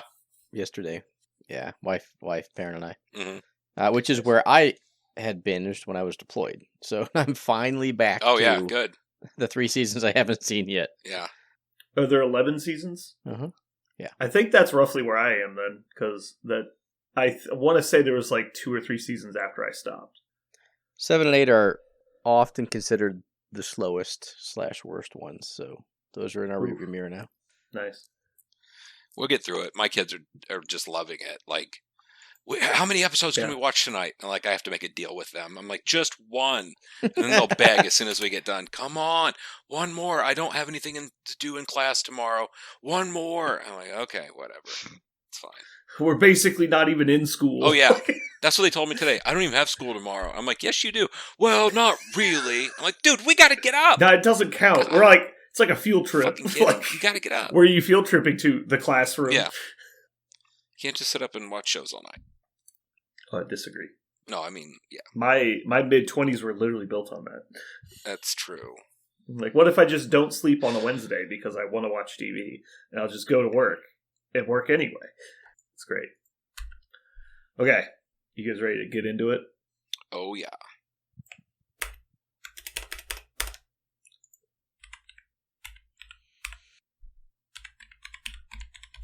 I mean, honestly, I blame Ryan for not winning more of his games. You should. He probably fucking won more games than we did. I didn't even check. He did. I think he did too.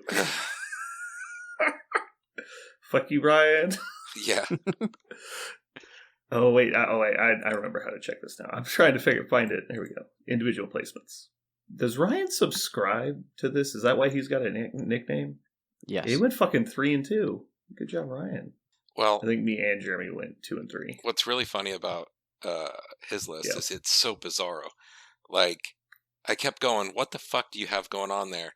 And then he goes, it would be something, something, something, Spirit of Wakanda, something. I'm like, oh, okay, I get it. Yeah. It's fucking stupid. Yeah. I had a harder strength of schedule than Jeremy did, so I'm basically, like, the greatest ever. Fucking whatever, dude. So, I was actually looking at this on the way home. So, total team wins. Aaron's team went 9 and 6, and we went 7 and 8. Yeah, lost 2 more games, but probably had twice as much fun. Oh God, no! I think I am definitely happy we played the people we played versus the people you played. I kind of meant to mention this during the episode, but this is the first time I've not played against somebody I knew at a tournament.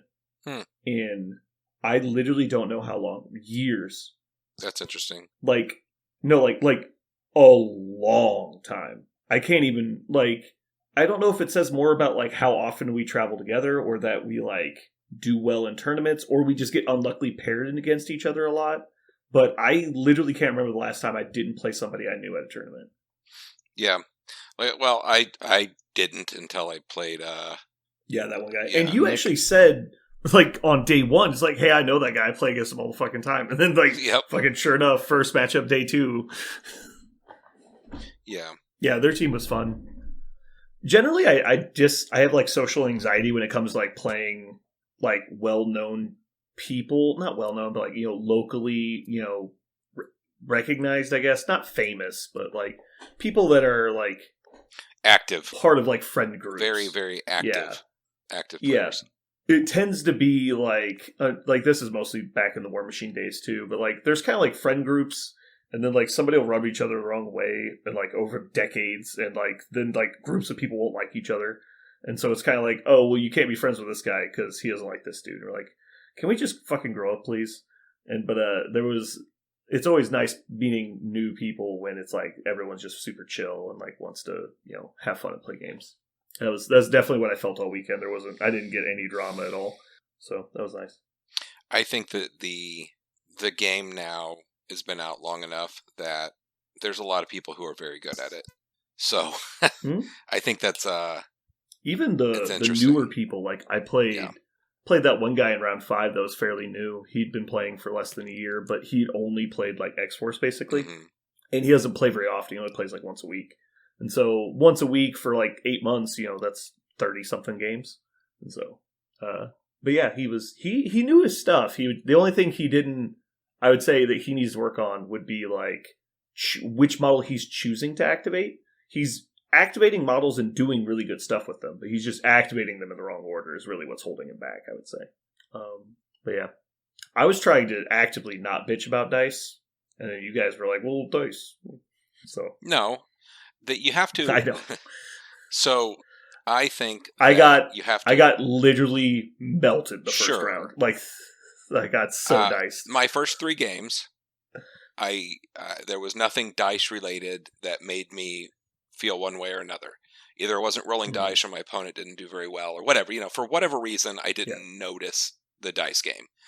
And then my fourth game, like I say, some things did not fall in my favor. Whether I just wasn't rolling spider saves, which you need a few, because that's when my toad got one shot from turn one. Just got, I hadn't had that happen in probably a very long time, if ever. Toad getting one shot on turn one, that was crazy. Mm-hmm. But yeah, so round 4, I started feeling it, and then round 5, it kind of the same kind of thing where I was like, man, if dice would have fell slightly different, this game would be different. Yeah, my fourth round against the Convocation player was like that. Like, if I just don't go like fucking abysmal on beta flips, I think I win that game. But like, our decisions mattered, and like the stuff we did, it was just unfortunate. Bad pay to flip rolls are what they are. Like, so like you could say I lost that game to dice, but we played a close game. It could have gone either way. But like rounds 1 and 2, I might as well not put my models down. It didn't matter. Like, I got just picked up. Like, my Rhino died to a single grunt attack and a single Zemo 5 dice attack with no buffs. Like, he just straight died. Like, okay. Yeah, I was actually pretty happy with the games and like their outcomes. There wasn't a lot to be said about any of it aside from, okay, I hadn't really practiced Mayor Fisk. I'm like, that thing really got me all fucked up. And that's part of the reason I want to play Mayor Fisk, is because it really messes with webs, because they have to play the game there's no longer a script when you play stuff like that. Like, same with Researcher, even though it's scripted in a different way.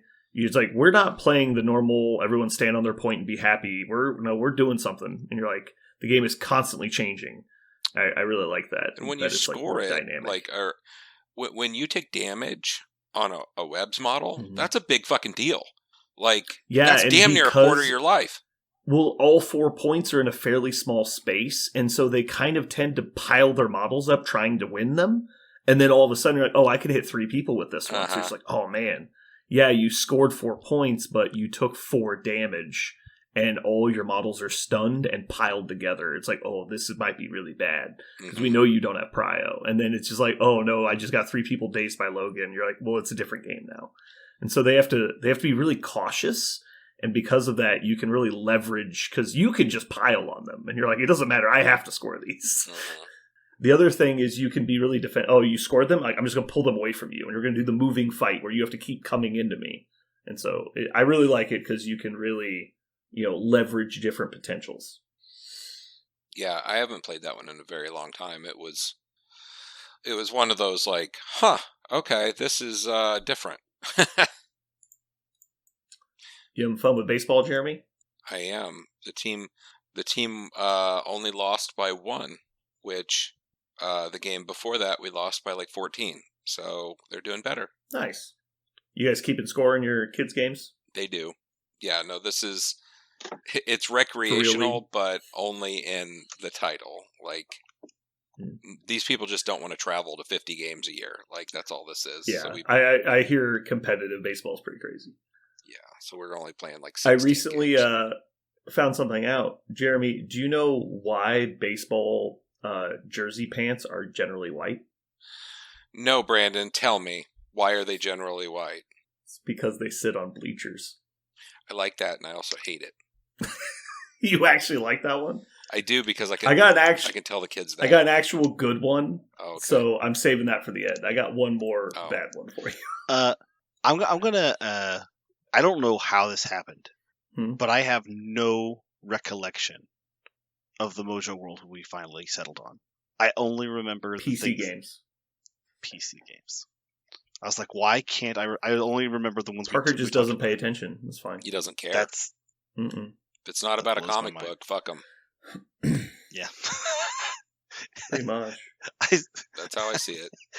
I read comic books for like 2 hours a day. It was so much fun. You child.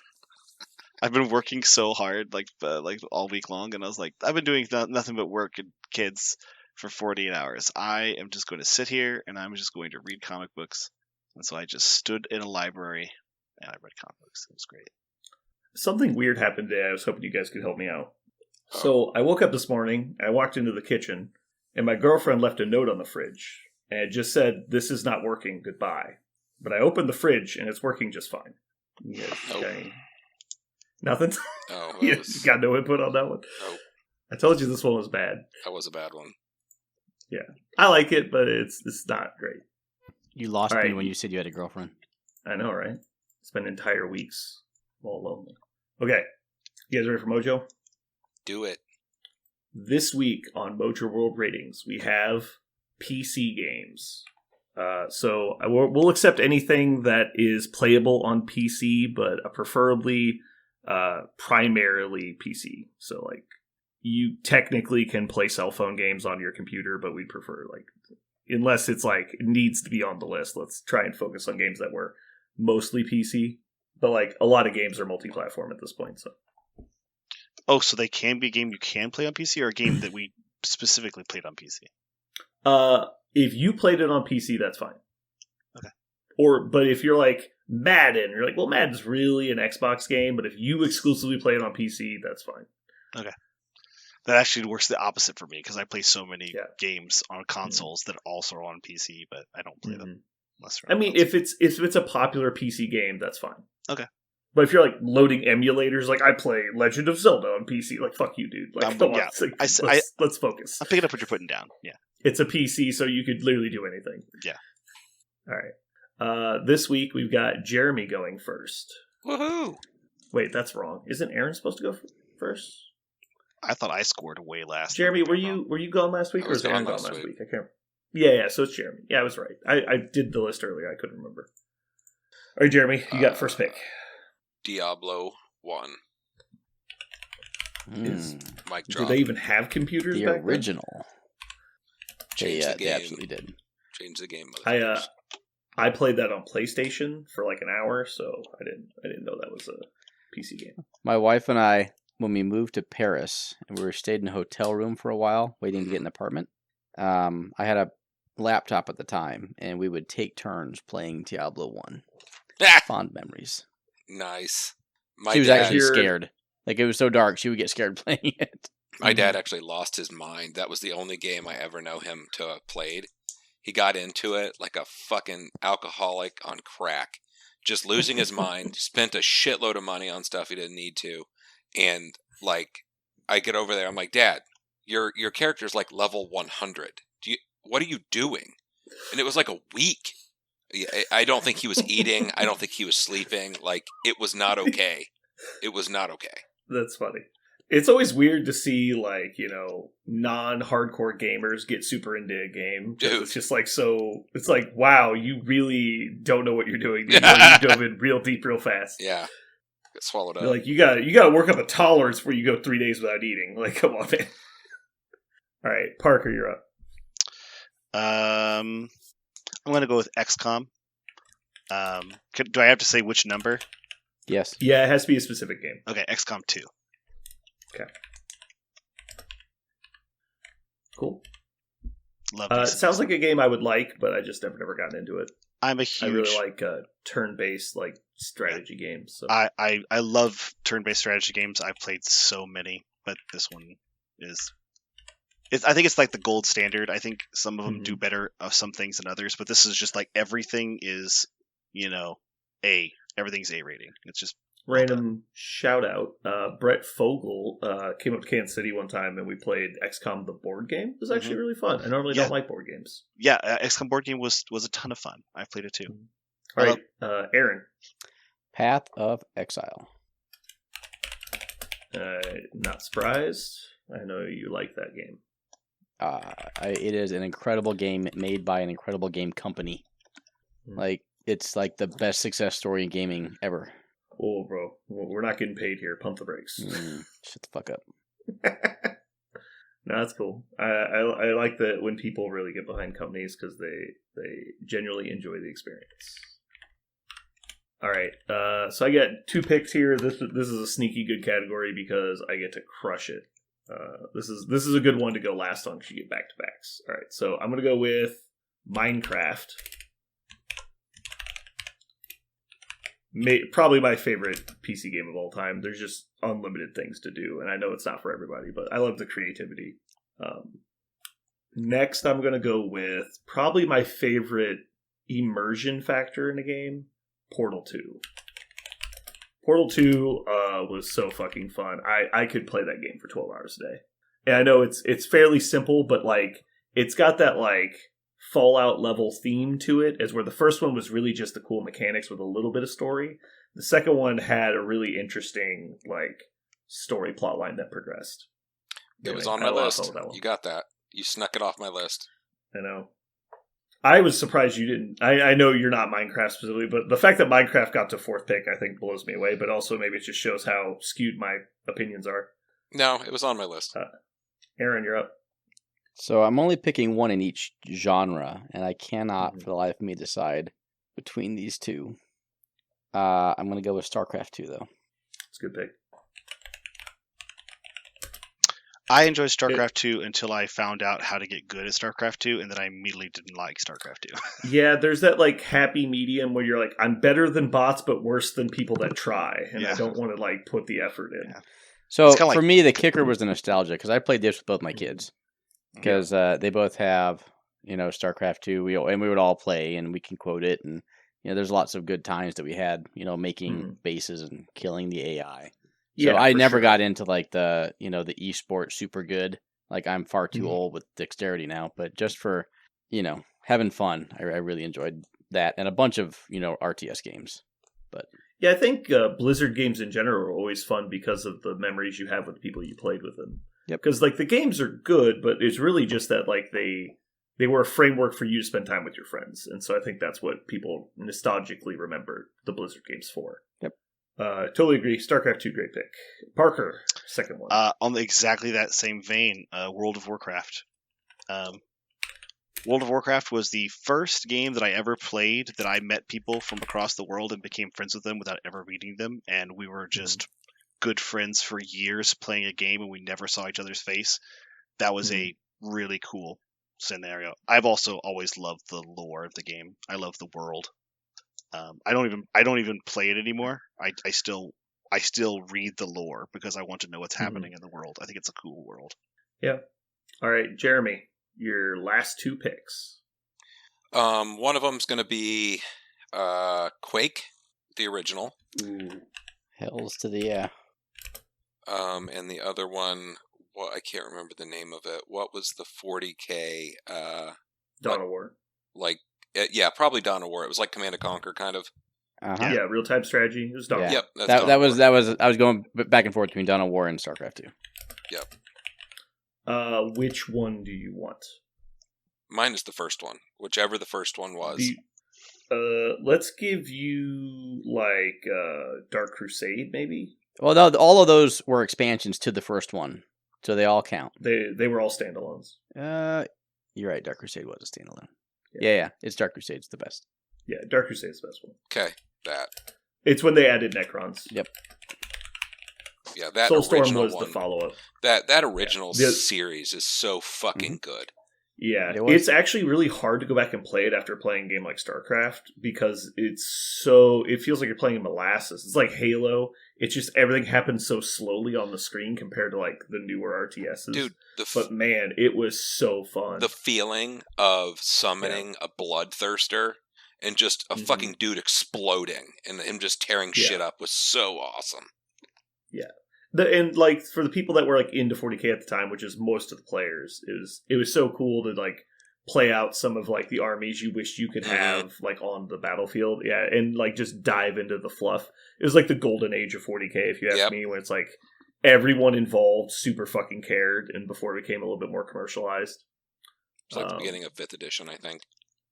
I also remember that game did something amazing because, like you were saying, rather than just having a bunch of Space Marines animating gunshots and then guys just losing health on a ticker, they actually had like a Space Marine would throw an axe and then it would like stick in the orc and then like blood would fly. I'm like, wait a minute, dude, the bodies, these just two, like the piles of bodies. Yeah, it's just like, wait a minute, these things don't just dissolve into nothing or just like disappear in a puff of blood. No, like they're actually just going to be persistent everywhere. across the battlefield. Like super cool. Like I remember being blown away by that.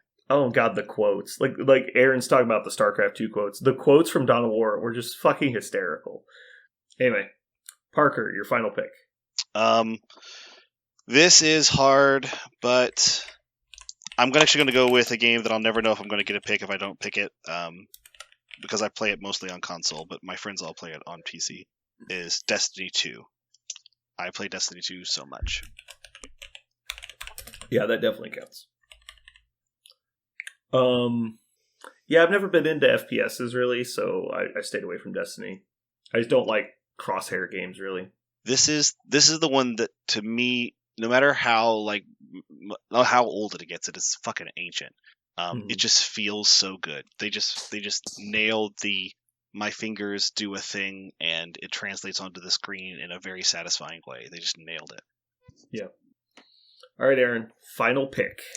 Okay, so this next one is going to represent the deck building genre, and we're going to go with Monster Train. Oh, I was expecting Slay the Spire. I actually enjoy Monster Train better. They are, I'm going to say, exact genre clones. But Yeah, I love, I've heard that. like, Slay the Spire, Monster Train, Iratus, Vault of the Void, Against the Obelisk. There's tons of them out there, and they're all very good. And are all worth your money. But Monster Train gets the top pick for me. I've heard they're actually doing a Slay the Spire actual physical card game. It's a board game.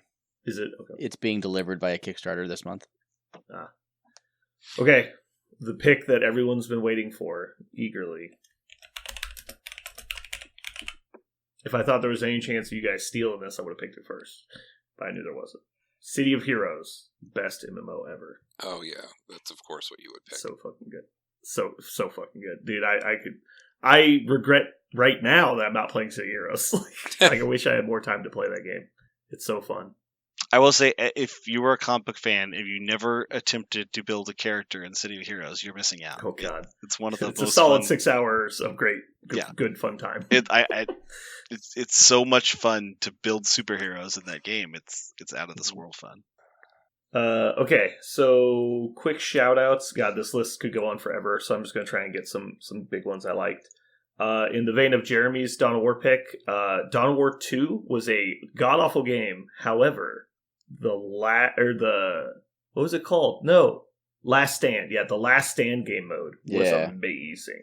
That fucking game mode, holy shit. I've probably put 200 plus hours into just playing Last Stand. I think I played the actual game mode of Dawn of War 2 for less than 2 hours.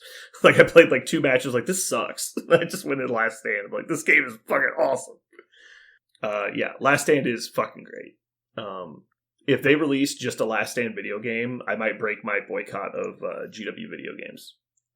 Next up, They Are Billions. If nobody's ever played that, please go check it out if you like real-time strategy games. They Are Billions is awesome. It is a Victorian age zombie apocalypse real-time strategy. Basically, you start off the world, it's post-apocalyptic, so everything's been destroyed, and you're basically a little settlement, and you start off with like a couple huntsmen that have bows and arrows, and you build up your civilization, and then every season, zombie horde comes, and it just keeps getting bigger and bigger and bigger, and the goal is to survive for as long as possible. And so you can build fortifications, you can build, like research buildings that can research older technologies like engineering. You can actually get to the point where you have guys with rifles. You can build like stone walls and like all kinds of cool stuff. You have to like mine different resources, cut down trees for wood, and it's super interesting and super cool. And it's a pausable real-time strategy, and so it's all about making the most efficient moves possible. But the craziest shit about the game is if a zombie kills a villager, they turn into a zombie. And so if the zombies get to a building, the buildings are crewed by people. And so if one zombie gets to like an outpost, it turns into 4 zombies. And those 4 zombies attack 4 tents. Well, then there's 2 people in each tent. So now it just explodes. And so you have to be so careful to not let zombies into camp. And it really it's like a horror RTS. It's fucking great. Another strategy game that I love that I couldn't put on the list because I haven't played enough of them. I only played one of them, and I should have played more. I don't know why. I just kind of got distracted by other things. Is Sid Meier's Civilization. I love Civ. Civ is so much fun. I remember the very first time I played a Civ game, I was like, what have I been doing? I think it was like Civ 4. I was like, what have I been doing not playing these games? This is so much fun. It was so much fun. I bought Civ on the Switch, hoping that I would get to play it more because I would just like carry it around with me. And the cool thing about it is you can easily pause it, right? You just hit the home screen and it pauses your game. Yeah. And so, but I just haven't gotten into the Switch that much. I love the Switch. I think it's really cool that it has that kind of functionality. I just never find time. Baldur's Gate, that was a great one. Mm. I played the shit out of that. Command and Conquer. The only other one I had on here, I had Diablo 3 on here. I like Diablo 3 more than Diablo 2, but that's just because I was a little bit young for Diablo 2. I never really got it. Okay, that's a fair opinion then. I was like, oof, I think you might get burned alive for that. No, I didn't. Yeah. I didn't. When Diablo 2 was out and I was playing it, I was like, yay, but I never really figured out how to play it. Yeah, it was too young. Yeah. So when Diablo 3 came around, I was like, oh, this is how you play it. This is fucking fun. So there was a fun game we had a brief experience with called Dungeon Defenders. So I had everyone in my house playing it, but which we had like 4 people at the time. It's basically like a tower defense action RPG. It's kind of weird. So you have an avatar in the map. Then you can build these defenses, and every avatar has their own class, which determines on what you can spawn. And then the map has resources, and after every wave, the resources respawn. So basically, you go around and collect everything, and then try and devise as a team the most efficient way to lay out your traps. And then as the monsters come, they trigger the traps, but your heroes can also attack. And so, like, you can play the knight, who puts out, like, old school, like, siege tower defenses, or you can play, like, there's, like, a Metroid character that puts up, like, barriers and energy weapon attacks. And there's a sorcerer who can, like, spawn, like, fireball turrets and shoot spells at people. And so, like, you have to just try and make it to the end of there's, like, every map has so many waves you have to survive. It was super interesting, because it's all about strategy, but also, like, working together as a team. So that was super fun. Aaron, you may have to give me the name of those other card-based deck builders. Yeah. What's the roguelikes? I loved Slay the Spire, and so then somebody was like, "You should play Monster Train," and I fucking put hours and hours and hours on Monster Train. But I haven't really seen another one since then that anybody's been excited for me to try. So I would. Oh, they're out there. Yeah. So for our listeners, real quick, I'm going to give a shout out to a unique game. It's called Space Rangers HD: A War Apart. I think it was originally published in the 2000s, and then in 2013 they came out with the HD version of it, and it's the only one that's available now on Steam. If you wait for a sale, it should be on sale for like below $5. But it is a space sim that has about 6 different genres incorporated in itself. You are a random person who can be a various races, like customize your character, and then you can either join pirates and just start shooting all the other ships. You can join the good guys and take down the pirates, and then there's an outside threat of, I forget what they're called, like dominators that start conquering, and you can fight against them. It's an economy sim. You buy low, sell high on various planets. You upgrade your ship. You can land on a planet the Dominators took over, and all of a sudden the game changes, and now it's BattleTech. You get to design your mechs, and you fight on the surface.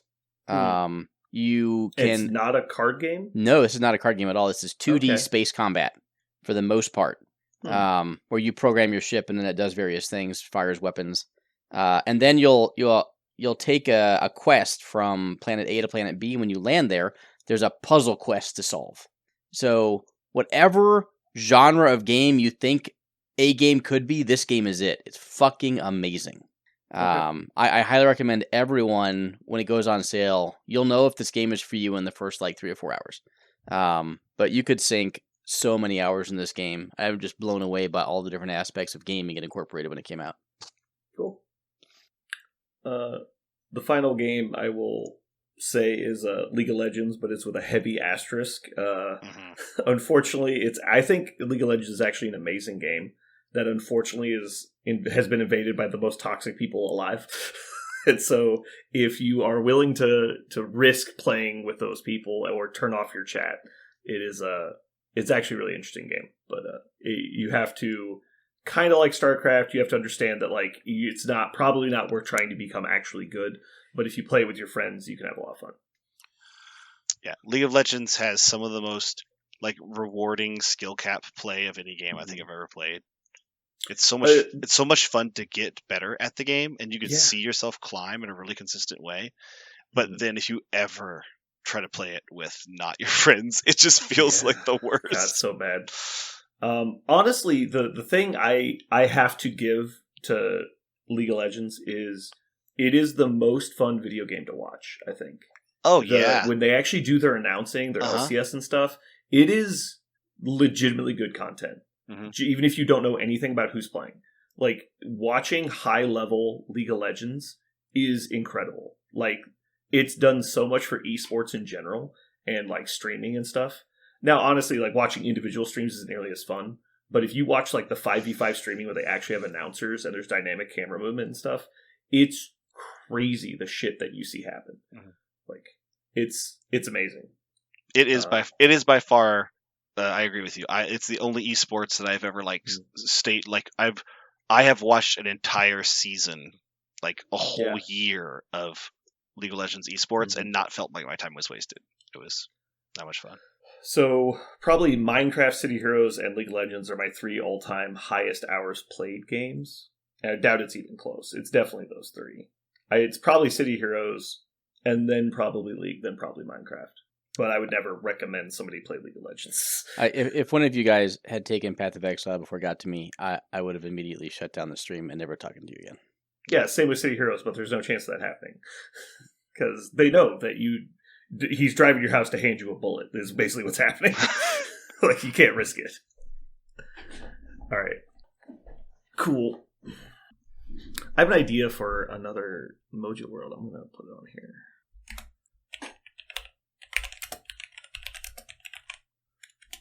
All right, cool. Well, hopefully everybody had fun today. Wait, hold on. I got one more. Oh, yeah, here we go. Hey, Jeremy, guess what? What? So the person that stole my diary just died. My thoughts are with his family. Because it's a diary. Get it? Mm-hmm. They have my thoughts. Mm-hmm. Was that worth it? I like that one. If you guys don't like that one, you're lame. No, I think I like that one more. I think that's actually a good one. Yeah. All right. Well, good night, everybody. We're going to leave it on that. Bye.